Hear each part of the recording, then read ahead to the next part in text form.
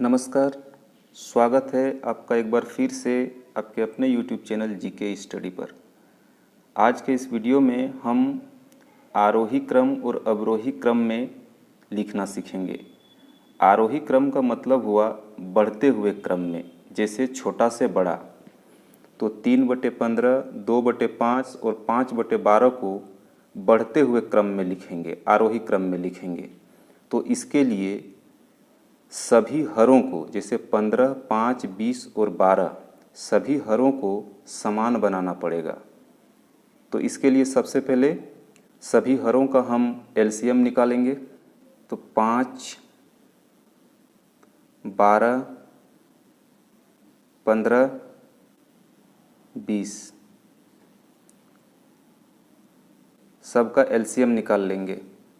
2 से 5, 2 छक्के 12, 15 नहीं कटेगा, नीचे लिख लेंगे। 2 दहें 20। फिर 2 से 5, 2 तिया 6, 15, 2 पच्चे 10। अब 2 से कोई भी नहीं कटेगा तो अब 3 से भाग लगाएंगे।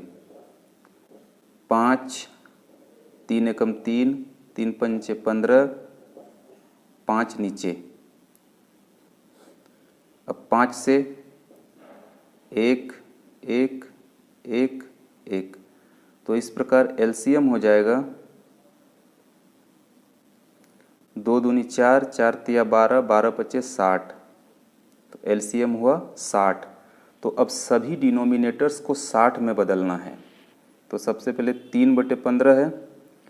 3/15 बराबर 15 गुणा, अब 15 को 60 में बदलना है तो इसके लिए 15 को 4 से गुणा करना पड़ेगा। तो ऊपर भी 4 से गुणा करेंगे। तो 3 गुणा 4 12/60। इसी प्रकार अब 2/5 है तो 2/5 लिखेंगे बराबर 5 को भी अब 60 में बदलना है तो 12 से गुणा करेंगे, ऊपर भी 12 से गुणा करेंगे। तो 12 दूनी 24 और नीचे हो जाएगा 60 बराबर 20 को भी 60 में बदलना है तो 20 तिया 60, 3 से गुणा करेंगे, ऊपर भी 3 से गुणा करेंगे। तो होगा 21/60। उसके बाद अब है 5/12। तो 5/12 लिखेंगे यहाँ पे बराबर 12 को 60 में बदलने के लिए 5 से गुणा करना पड़ेगा तो ऊपर भी 5 से गुणा कर देंगे बराबर 25/60। अब हमको ये देखना है कौन सा छोटा है और कौन सा बड़ा है। जैसे यहाँ पर 12/60 है, यहाँ 24/60 है, यहाँ 21/60 है और यहाँ 25/60 है। तो यहाँ अंश पर ध्यान देना है। तो यहाँ पर सबसे छोटा कौन है? 12, 24, 21 और 25 में से सबसे छोटा 12 है। तो 12/60 तो हम यहाँ पर लिखेंगे 12/60। उसके बाद 12 के बाद बड़ा कौन सा है? 21। तो हम लिखेंगे 21/60। 21 के बाद क्या होगा? 24। तो यहाँ लिखेंगे 24/60 और 24 के बाद आएगा 25। तो यहाँ लिखेंगे 25/60। 12/60 का मतलब हो गया 3/15। तो अब यहाँ पर हम 3/15 लिखेंगे। 21/60 का मतलब हो गया 7/20। तो हम यहाँ पर लिखेंगे 7/20। 24/60 का मतलब हो गया 2/5। तो अब यहाँ पर लिखेंगे 2/5। और 25/60 का मतलब हो गया 5/12। तो यहाँ पर लिखेंगे 5/12। 12। इस प्रकार सभी भिन्नों को बढ़ते हुए क्रम में लिखा गया है, आरोही क्रम में लिखा गया है। हमारा अगला सवाल है 3/10, 7/5 और 9/15। हम इन्हें अवरोही क्रम में लिखेंगे, यानी कि घटते हुए क्रम में। तो सबसे पहले 10, 5, 15 का एलसीएम निकाल लेते हैं।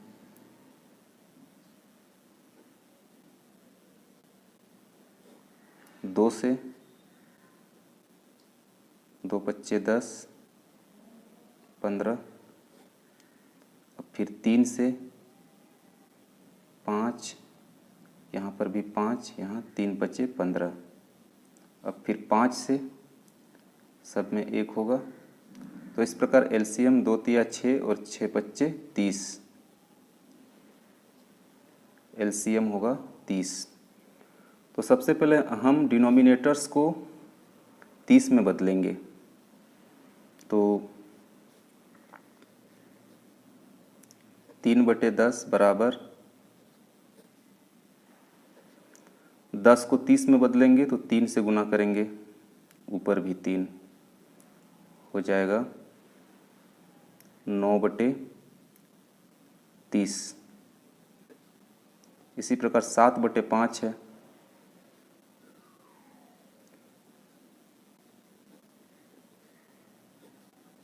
तो 5 को भी 30 में बदलेंगे तो 6 से गुना करेंगे, ऊपर भी 6 से गुना कर देंगे। 6 7 42/30। उसके बाद 9/15 है,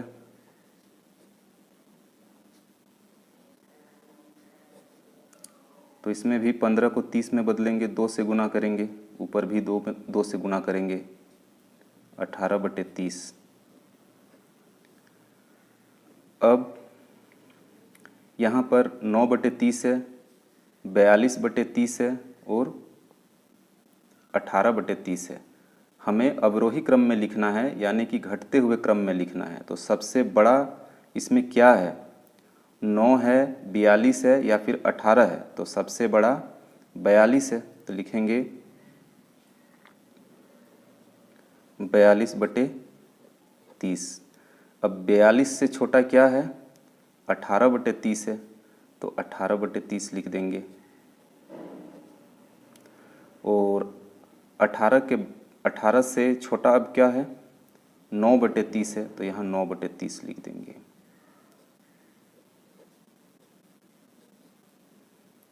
ठीक है। अब 42/30 का क्या मतलब हुआ, 42/30 का मतलब हो गया 7/5, तो यहाँ पर लिखेंगे 7/5। उसके बाद है 18/30, तो 18/30 का मतलब हो गया, एकदम लास्ट में आइए, 9/15, तो यहाँ पर लिखेंगे 9/15। और अंत में है 9/30, तो 9/30 का मतलब यहाँ पे 3/10 है, तो लिखेंगे 3/10। तो इस प्रकार किसी भी संख्या का आरोही और अवरोही क्रम बहुत ही आसानी से लिख सकते हैं।